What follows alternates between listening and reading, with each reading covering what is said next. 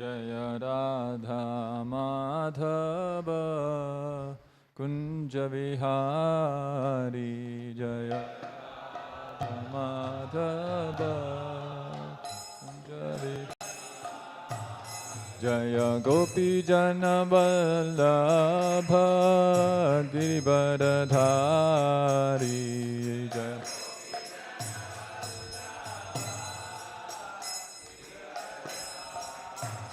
जय गोपी जन वल्लभ गिरिवरधारी जय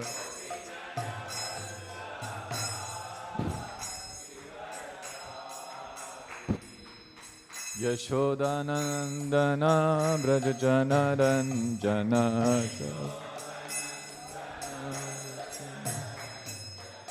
यशोदानंदन ब्रज जन रंजन यमुना तीरवनचारी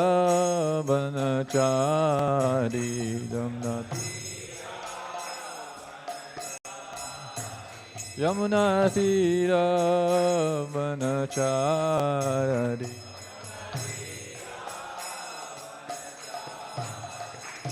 जय राधा माधव कुंज विहारी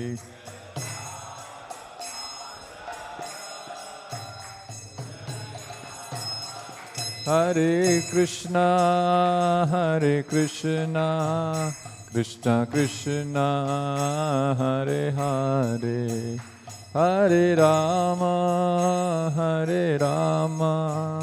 राम राम हरे हरे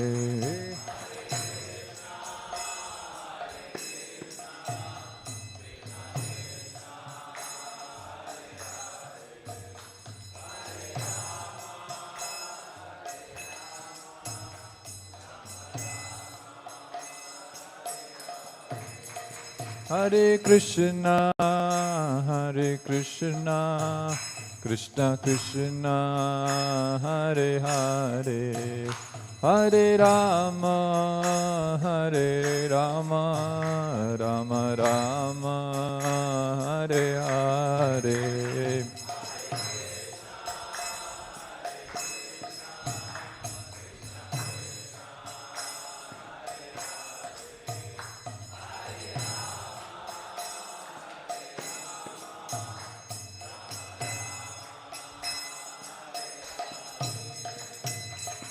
हरे कृष्णा कृष्णा कृष्णा हरे हरे हरे राम राम राम हरे हरे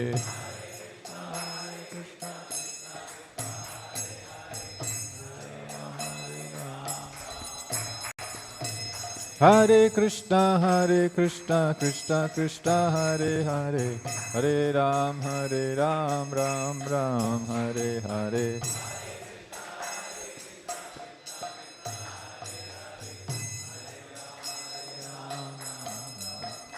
जय कृष्ण रुक्मिणी जय सत्यभामा कृष्ण रुक्मिणी जय सत्यभामा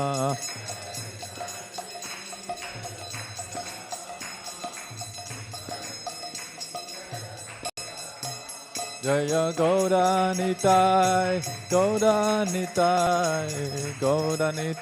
जय गौरानिताय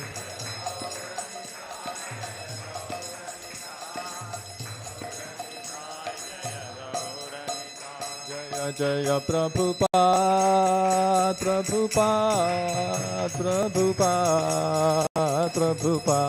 जय जय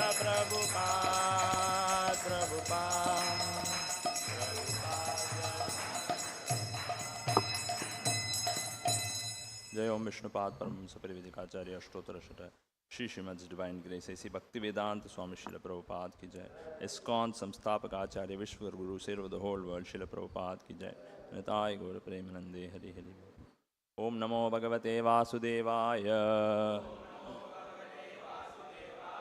ओम नमो भगवते वासुदेवाय ओम नमो भगवते वासुदेवाय Reading from Srimad-Bhagavatam, Canto 2, Chapter 2, Text number 37. Pibanti ye bhagavata atmanaha satam. Pibanti ye bhagavata atmanas satam. Kathamritam shravana puteshu sambritam. Kathamritam shravana puteshu sambritam. Punanti te vishaya vidushitashayam. Punanti te vishaya vidushitashayam. Vrajanti tacharana saroruhantikam. Vrajanti tacharana saroruhantikam. Pibanti ye bhagavata atmanas satam. Kathamritam shravanaputeshu sambritam. Punanti te vishaya vidushitashayam. Vrajanti tacharana saroruhantikam.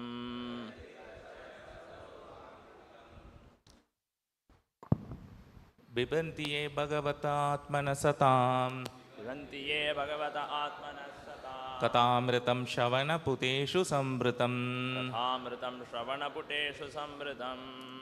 पुनति ते विषया विदुषिताय स्वयम् Punanti te vishaya vidushitashayam. व्रजन्ति च चरणसरोरुकान्तिकम् Vrajanti tacharana saroruhantikam. पिबन्ति ये भगवता आत्मनः सताम् Pibanti ye bhagavata atmanas satam. कथामृतं श्रवणपुटेषु संवृतम् Kathamritam shravanaputeshu sambritam. पुनन्ति ते विषयविदूषिताशयम् Punanti te vishaya vidushitashayam. व्रजन्ति तच्चरणसरोरुहान्तिकम् Vrajanti tacharana saroruhantikam. Pibanti ye bhagavata atmanah satam. Pibanti ye bhagavata atmanas satam. Kathamritam shravanaputeshu samvritam. Kathamritam shravanaputeshu sambritam. Punanti te vishaya vidushitashayam. Punanti te vishaya vidushitashayam. Vrajanti tacharana saroruhantikam. Vrajanti tacharana saroruhantikam. Pibanti, who drink, ye, those, Bhagavata, of the personality of Godhead, Atmanaha, of the most dear, Satam, of devotees, Katha Amritam, the nectar of the messages, Shravanaputeshu, within the ear holes, Sambritam, fully filled, Punanti, purify, Te, there, Vishaya, material enjoyment, Vidushita Ashayam, polluted aim of life, Vrajanti, do go back, Tat, the Lord's, Charana, feet, Saroraha Antikam, near the lotus. Translation and purport by His Divine Grace A.C. Bhaktivedanta Swami Srila Prabhupada. Translation. Those who drink through oral reception, fully filled with the nectarian message of Lord Krishna, the beloved of the devotees, purify the polluted aim of life known as material enjoyment, and thus go back to Godhead, to the lotus feet of Him, the personality of Godhead. Please repeat this translation. Those who drink through oral reception, fully filled with the nectarian message of Lord Krishna, the beloved of the devotees, purify the polluted aim of life known as material enjoyment, and those go back to Godhead, to the lotus feet of Him, the personality of Godhead. Purport by Srila Prabhupada. The sufferings of human society are due to a polluted aim of life namely lording it over material resources. The more human society engages in the exploitation of undeveloped material resources for sense gratification, the more it will be entrapped by the illusory material energy of the Lord, and thus the distress of the world will be intensified instead of diminished. The human necessities of life are fully supplied by the Lord in the shape of food grains, milk, fruit, wood, stone, sugar, silk, jewels, cotton, salt, water, vegetables, etc., in sufficient quantity to feed and care for the human race of the world, as well as the living beings on each and every planet of the universe. The supply source is complete, and only a little energy by the human being is required to get his necessities into the proper channel. There is no need of machines and tools or huge steel plants for artificially creating comforts of life. Life is never made comfortable by artificial needs, but by plain living and high thinking. The highest perfectional thinking for human society is suggested here by Shukadeva Goswami, namely, sufficiently hearing Srimad-Bhagavatam. For men in this age of Kali, when they have lost the perfect vision of life, this Srimad-Bhagavatam is the torchlight by which to see the real path. Srila Jiva Goswami Prabhupada has commented on the Kathamritam mentioned in this verse and has indicated Srimad-Bhagavatam to be the nectarian message of the personality of Godhead. By sufficient hearing of Srimad-Bhagavatam, the polluted aim of life, namely lording it over matter, will subside, and the people in general in all parts of the world will be able to live a peaceful life of knowledge and bliss. For a pure devotee of the Lord, any topics in relation with his name, fame, quality, entourage, etc. are all pleasing, and because such topics have been approved by great devotees like Narada, Hanuman, Nanda Maharaj, and other inhabitants of Vrindavana, certainly such messages are transcendental and pleasing to the heart and soul. And by constant hearing of the messages of the Bhagavad Gita and later of the Srimad-Bhagavatam, one is assured herein by the Shukadeva Goswami, by Srila Shukadeva Goswami, that he will reach the personality of Godhead and render him transcendental loving service in spiritual planet of the name Goloka Vrindavan, which resembles a huge lotus flower. Thus, by the process of Bhakti Yoga, directly accepted as suggested in this verse, by sufficient hearing of the transcendental message of the Lord, the material contamination is directly eliminated without once attempting to contemplate the impersonal Virat conception of the Lord. And by practicing Bhakti Yoga, if the performer is not purified from the material contamination, he must be a pseudo-devotee. For such an impostor, there is no remedy for being freed from material enjoyment, from material entanglement. Thus ends the Bhaktivedanta purports of the second canto, second chapter of the Srimad-Bhagavatam, entitled The Lord in the Heart. Om Ajnanatimirandasya Jnananjanashalakayat Chakshurunmilitam Yena Tasmai Shri Gurave Namaha Nama Om Vishnupadaya Krishna Preshtaya Bhutale Srimate Bhaktivedanta Swamin Niti Namine Namaste Saraswate Deve Gauravani Pracharine Nirvishesha Shunyavadi Paschati Deshatarine Jaya Shri Krishna Chaitanya Prabhu Nityananda Shri Advaita Gadadara Srivasadi Gauravakta Vrinda Hare Krishna Krishna Krishna Hare Hare Hare Ram Ram Ram Hare Hare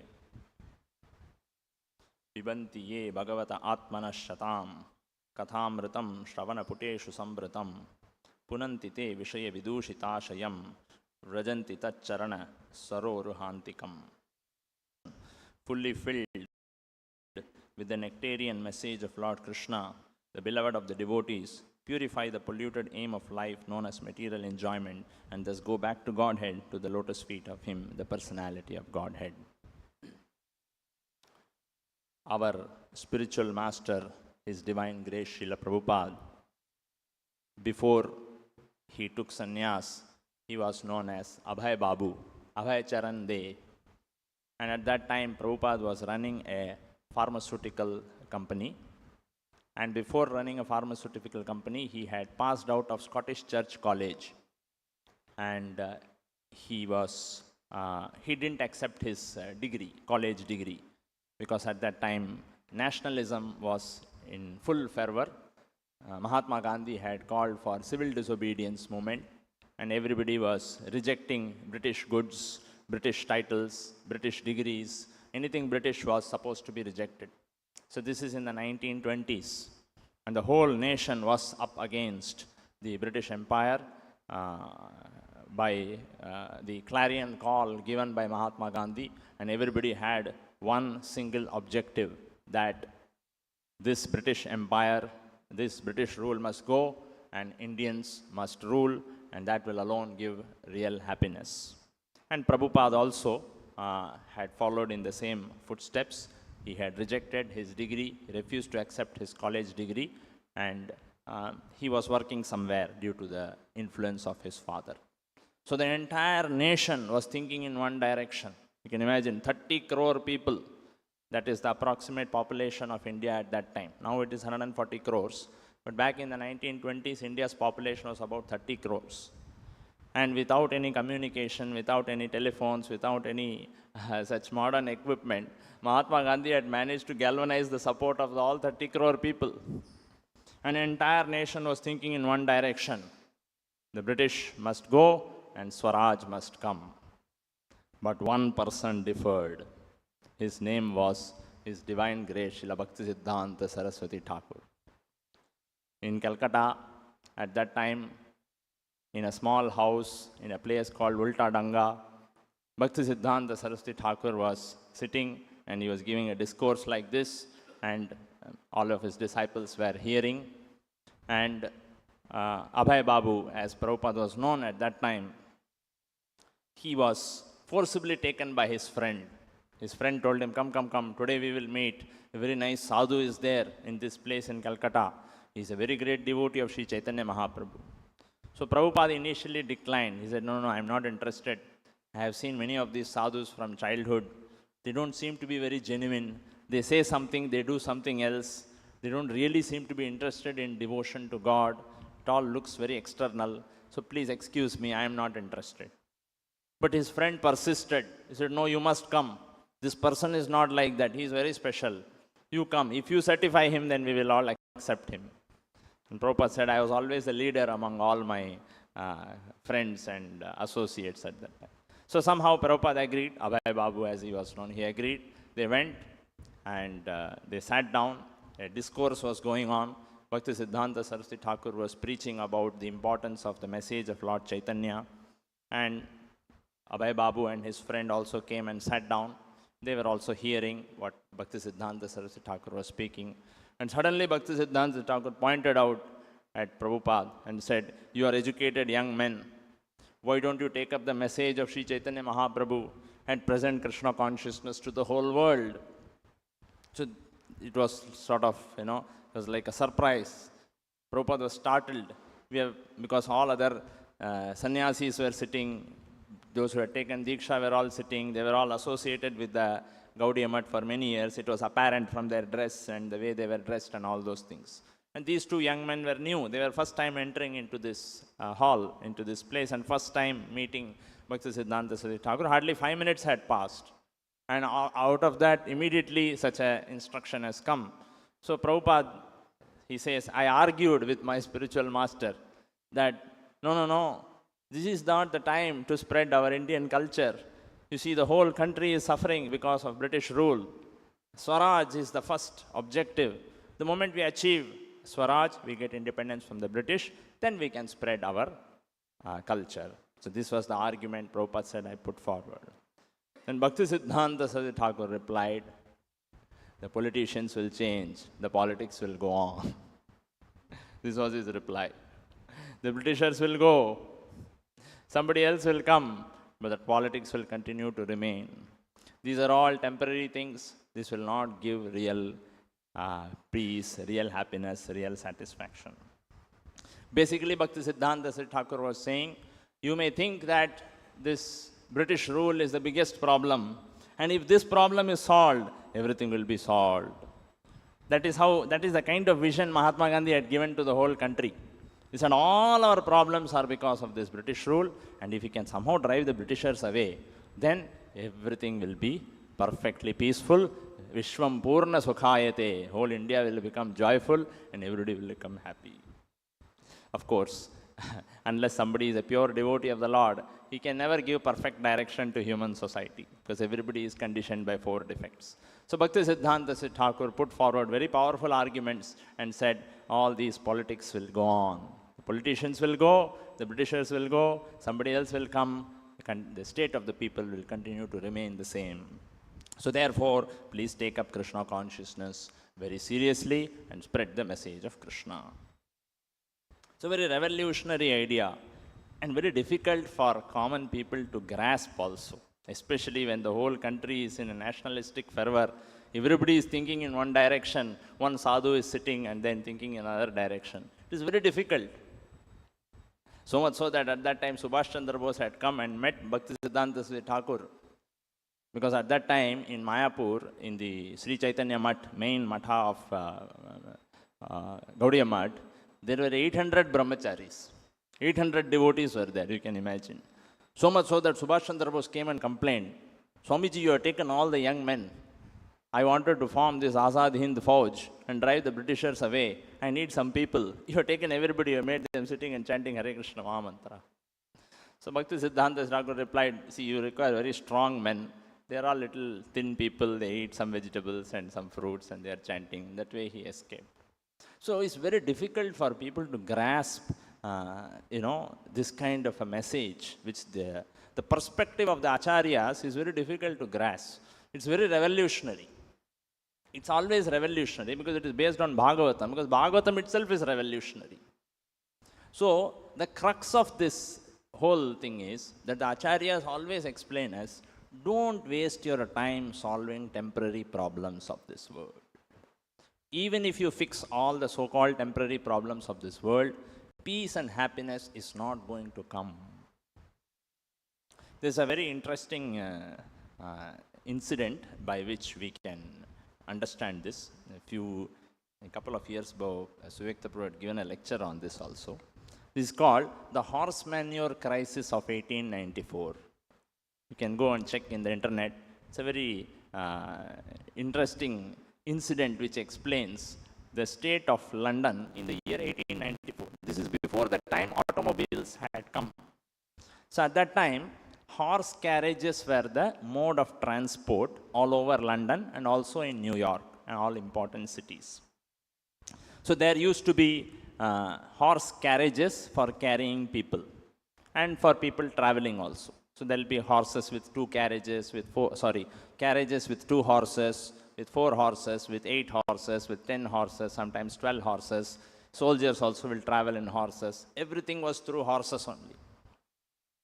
And these horses, wherever they would stand, they would pass stool and urine. They don't have separate bathroom or toilet facility. And this way, entire London was filled with horse dung. And England, the weather is always inclement. It rains. That rainwater mixes with all the horse dung. And then the mosquitoes sit on them, the flies sit on them. There is plague, there is cholera, there is malaria. And somebody has to clean all the horse dung and put it in some other part of London which is not inhabited. And that place becomes, more and more accumulated with all this. And so much so that some mathematician, some statistician had projected, this way if it continues, the rapid pace at which, because everybody is coming to London in those days. Like today, everybody comes to Chennai, Bangalore, Delhi to find a job. Those days, from all over England, everybody comes to London. And they want to make a living, because London is where all the business activities are going on. So somebody had projected that this way, if it continues, in another 10 years, London will have horse dung up to 5 feet. That means a man will walk on the street, up to his neck, it will be filled with horse dung. Because there is rapid expansion. Every day more horses are coming to London. More people want horse carriages. More transportation is happening. Morning to evening, even at night also goods are being transported, people are being transported. So it became a very big international crisis. So much so that they had to call Shri Krishna Rukmini Satyabhama ki jai, Shri Krishna Balaram ki. So much so that they had to call a international conference, gather all the intelligent people of the world and ask them, please give a solution. We are not able to solve this problem. This horse manure crisis is simply destroying us. What will we do? Everywhere is full of horse dung. And tomorrow this will happen to New York, this will happen to Paris, that will happen to Frankfurt. Everywhere this is what will happen. And it is said, exactly at that time, when different people were giving different solutions, fortunately or unfortunately, Henry Ford came up with the horseless carriage. He came up with the automobile. Imagine, before there was no automobile. And that's how the word horsepower comes. So he came up with the automobile, and that was touted as the greatest invention. And Henry Ford was hailed for this help, and immediately London became horseless carriages, or our internal combustion engine driven cars started dominating England. So one problem successfully solved. In 1894, that appeared as the greatest welfare or the greatest relief that we can ever get. Today it may not appear very big achievement for us, but back in 1894, the way the people of London were suffering, that relief in the form of automobiles which they got was out of the world. So you can imagine how this kind of a scenario existed, one problem successfully solved by some intelligent person, and ultimately it's an engineer who has solved the problem. We must credit him for all his intelligence and inventing the internal combustion engine. So with lot of engineering skills and lot of technical brain, he invented the internal combustion engine. This is in 1894, and today that very internal combustion engine is the biggest problem for the entire planet. Somewhere India has declared that by 2047 we will make India carbon free. We will have zero emission. Somewhere some international conference we have promised. And all countries, there is pressure on all countries to reduce their carbon emission. You make it CNG, you make other things, and the much touted electric vehicle. So you see what was the greatest solution at that point of time, and it definitely was. We cannot deny or not give credit to Henry Ford for what he did. But in 120 years, that has become the biggest problem of this planet, and so much so that now we need electric car to replace and change the face of the situation. So much so that people who come from foreign countries, they are not even able to breathe in India. Many people have posted on social media, India is horrible to live. The kind of gas emissions which are coming, we are not able to breathe properly. So it definitely is a serious problem. And another solution has definitely come. But the nature of this material world, as Prabhupada explains in several places, that any material solution that even the most intelligent person may figure out, that very solution will be the cause of 10 other problems. You see, this perspective nobody else gives. That very solution will be the cause of 10 other problems. It will give rise to so many other problems. This vision, if you see, throughout Prabhupada's purports, especially in the Srimad-Bhagavatam, Prabhupada attacked this modern civilization with this perspective. That all the solutions that the intelligent people are creating in this world, Prabhupada has explained how that is the cause of 10 other problems. Every single material solution that is being created by human society, that is solving one problem, that is creating 10 other problems. And this way, what it does is, it makes a person run around. And what is the result of all this? Result of all this running around is, person has no time for spiritual activity. As Bhakti Vinod Thakur says, Jada Vidya Mayara Vaibhava Tomara Bhajane Badha, means this is a hindrance to devotional service to you. Because of this reason, because of this fundamental nature of this material world, therefore, since time immemorial, all the rishis, all the great sages, all the great personalities in this Bharatavarsha, although they were all highly intelligent, all their intelligence was directed towards Brahma Jigyasa. What is eternal? Who is God? What is my relationship with Him? What is this creation? What is Kala? These fundamental things they were always focused on. That is why you see, since time immemorial, India has produced great rishis, great philosophers, great thinkers, great personalities. As opposed to modern society, which has produced great scientists, great engineers, great doctors, but all their jignasa is towards matter. Is a fundamental difference between Vedic civilization and modern civilization. Vedic civilization, all the intellectual energy is directed towards Brahma Jignasa, to know what is spirit, what is eternal, what is it that will never be destroyed. So they were all focused on this direction. And the whole civilization is built on that.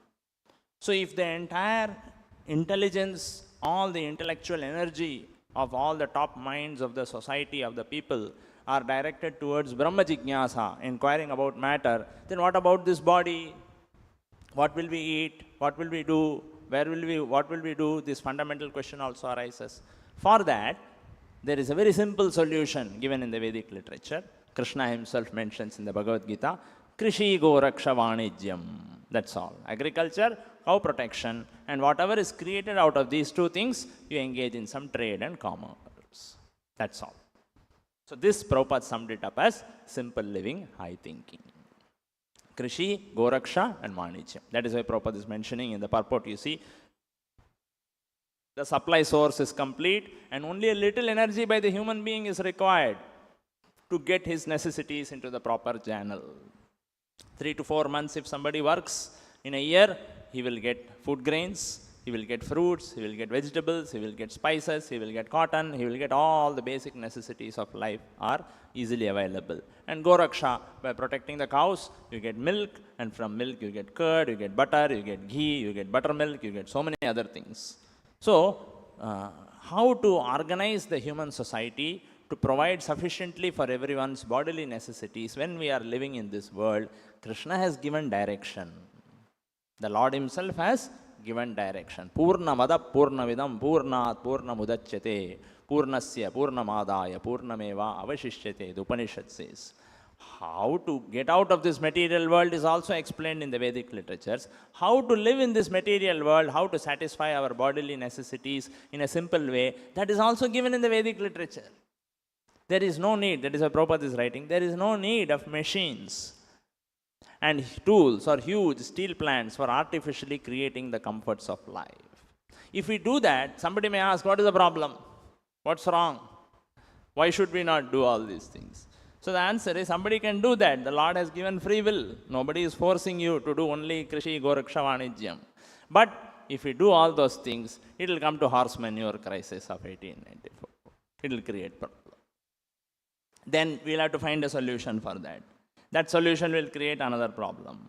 That problem we have to solve again. That will create another solution. This way, round and round, round and round, round and round, everybody will have to go. So, nobody can go beyond the design of the Lord. The Lord has created this universe for a certain purpose, and it has to function for that purpose. And how it has to function, that is also given in the Vedic literatures. So one has to simply follow that path. Then there is automatically peace, prosperity and happiness. Otherwise, as Prabhupada says, the more human society engages in the exploitation of undeveloped material resources for sense gratification, the more it will be entrapped by the illusory material energy of the Lord, and thus the distress of the world will be intensified instead of being diminished. If somebody does not, a human society does not follow the direction of the Lord and independently by their own whims and fancies tries to create a society and tries to hope for peace, happiness and satisfaction, then the result will only be that such a society, the distress will only be intensified. So this is a perspective which Srila Prabhupada has given in the Srimad-Bhagavatam. Intelligent people can accept it. In fact, Prabhupada makes a very nice statement, agriculture and cow protection makes a person sinless. You see, makes a person sinless. And more a person is sinless, the more he is qualified to take up the devotional service of the Lord. So this is the grand plan given by the Lord and how to utilize everything in this material. If it doesn't, somebody doesn't follow this path, by whims and fancies he tries to create an artificial civilization with so many other necessities. It may give some benefits, but it will also have its own share of problems. So the trade-off is, by the advancement of modern civilization, have the problems increased or the problems reduced? That is the million-dollar question. So all intelligent person should think over and give an answer to this question. 200 years back to now, have the problems of the society increased or reduced? If it has reduced, then very gladly we can further this path. But if it has increased, then some serious thought process is required. So that is the way, because ultimately this body is dukkhalayam ashashvatam. Body is dukkhalayam ashashvatam. And all this, the root cause, somebody may ask, why is it that, if this is the path, if this is such a simple path, simple living, high thinking, and the path of devotional service, if that is the real path, why is it that people go for this kind of hard labor and trying to create a civilization with full of technology and all those things? That is explained in this verse of the Srimad-Bhagavatam, Punanti te vishaya vidushitashayam, the polluted aim of life. Polluted aim of life. What is that polluted aim of life? Krishna himself explains in the Bhagavad Gita. According to Vedic literatures, there are two paths. One is the path of Pravritti Marga, other is the path of Nivritti Marga. Pravritti Marga means the path of restricted enjoyment or regulated enjoyment. Everybody wants to maximize the material enjoyment. So the Vedas, they regulate. You can enjoy, but you can enjoy within this boundary. You can eat, but you can eat this, you cannot eat this. You can get married, but you can get married in this way, but you cannot maintain relationship in this way. You can earn money in this way, you cannot earn money in this way. You can do this, you cannot do this. That is why you see religious instructions, Vedic instructions are full of do's and don'ts. Why full of do's and don'ts? Because to regulate the enjoying tendency of the living entities. But this regulation of enjoyment will actually never give a permanent solution. The tendency of the living entities of this world is always to break those regulations and act whimsically. So Pravritti Marga, although it is explained in the Vedas, Vedic scriptures, for example, one simple example of Pravritti Marga is, even according to the Vedic scriptures, if somebody wants to eat flesh, then he can select one particular goat, he can go to a Kali temple on an Amavasya day. There are certain mantras which are mentioned. He can chant the mantras into the ear of the goat. He can sacrifice the goat in front of Kali, and then he can consume the meat. In the Vedic scriptures, such injunctions are given. Now somebody may say, what is all this? Simply do all this. You go to the market, buy and eat. Go to the Amavasya temple, on Kali temple, chant mantras, select a goat which is black in color and brown ears. All those restrictions are there. And finally, sacrifice the goat. Only then you have to eat. Somebody may ask, why all these things? All these restrictions are given in the Vedic scriptures to discourage the person from consuming meat. To discourage the person. That is the path of Pravritti Marga. But this Pravritti Marga will always fail, because people will always disregard such regulations and do whatever they want, as we see in the current scenario. That is why Pravritti Marga, or so-called Hindu religion, whatever we know, is a complete failure today. Nobody cares for any rules and regulations. Only in the application form people write Hindu, that's all. Morning to evening there is no Hindu. People do whatever they want. Only for the sake of passport, for PAN card, for driving license, they will write religion as Hindu. That is simply a name. You write Gulab Jamun, it makes no difference. So, that is the way of Pravritti Marga. It has no meaning. All rules and regulations are thrown in the dustbin, and people try to enjoy unrestrictedly. And the result of that is, we have this entire civilization, so much suffering, so much trouble. So therefore, Pravritti Marga is always a trouble. Therefore, Srimad-Bhagavatam is the real scripture, is the real guidance, as Prabhupada writes in the Bhagavatam, that Bhagavatam is the torchlight for the entire human society. So Bhagavatam kicks off this Pravritti Marga. Bhagavatam kicks off this Pravritti Marga. Dharma Projita Kaitava. Bhagavatam calls this Pravritti Marga as cheating religion. Why Bhagavatam calls this as cheating religion? Because it does not destroy the desire for material enjoyment. It does not destroy the desire for material enjoyment. It maintains the material enjoyment and superficially tries to give some rules and regulations for the people to enjoy in a regulated way. So Srimad-Bhagavatam is not at all in favor of this pravritti marga. Srimad-Bhagavatam is directly in favor of this Bhagavata dharma, that is, pibanti ye bhagavata atmanas satam kathamritam shravana puteshu samvritam. The path of Srimad-Bhagavatam is to take to the process of hearing about the Supreme Personality of Godhead, Krishna.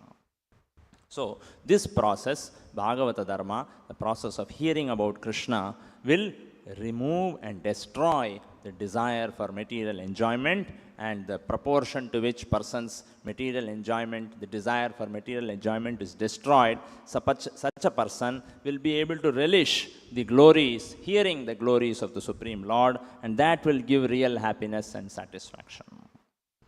So if somebody asks, at least theoretically we should know, what is real happiness and satisfaction for a person? It is simply about hearing about Krishna. So if somebody has qualified himself to hear very nicely about Krishna, then he is always happy and satisfied. So much so that a king like Parikshit Maharaj, Shri Vishnu Shravane Parikshit, he perfected himself simply by hearing about Krishna. Parikshit knows in 7 days death is going to come, but he is not at all bothered. His mind is fully absorbed in hearing about Krishna. He knows this discourse given by Shukadeva Goswami is going to get over. The snake bird Takshaka is going to come. It is going to bite me and my body is going to be burst into flames. But Parikshit Maharaj is not at all bothered. He says, I am ready to face Takshaka. My mind is fully fixed on the Supreme Personality of Godhead. Dead or alive, I am taking pleasure in hearing about Krishna. It doesn't matter to me whether I am alive in this body or whether this body is destroyed. So this is how Srimad-Bhagavatam prepares a person, completely removing all desire for material enjoyment. Therefore, Srimad-Bhagavatam is the real auspicious path. And Sri Chaitanya Mahaprabhu has offered us a particular way by which we can accept the principles of the Srimad-Bhagavatam. Although we are not exactly in favor of so much of proliferation of technology, but whatever has been created, we can always utilize it in the service of the Lord. As Prabhupada demonstrated practically, whatever is done is done. So we are not going to reject anything. Whatever the modern society keeps on producing, keeps on churning, we can use everything for kathamritam shravana puteshu sambritam, for hearing about Krishna and propagating the glories of Krishna. That is why Prabhupada said, books are the basis, purity is the force, utility is the principle, and preaching is the essence. So utility is the principle. Whatever is created by the modern civilization, Srila Prabhupada utilized in the service of Krishna. In fact, Bhakti Siddhanta Saraswati Thakur said, even ballistic missiles can be used in the service of the Lord. As we are seeing currently, unnecessary aggression is there. We are able to use our ballistic missiles also. So we hope that India as a nation, people have faith in the Vedic scriptures. They will accept Srimad-Bhagavatam as the real path of auspiciousness, the path of Nivritti Marga, the path of hearing and chanting about Krishna. And in such devotional service, one can find real happiness and satisfaction.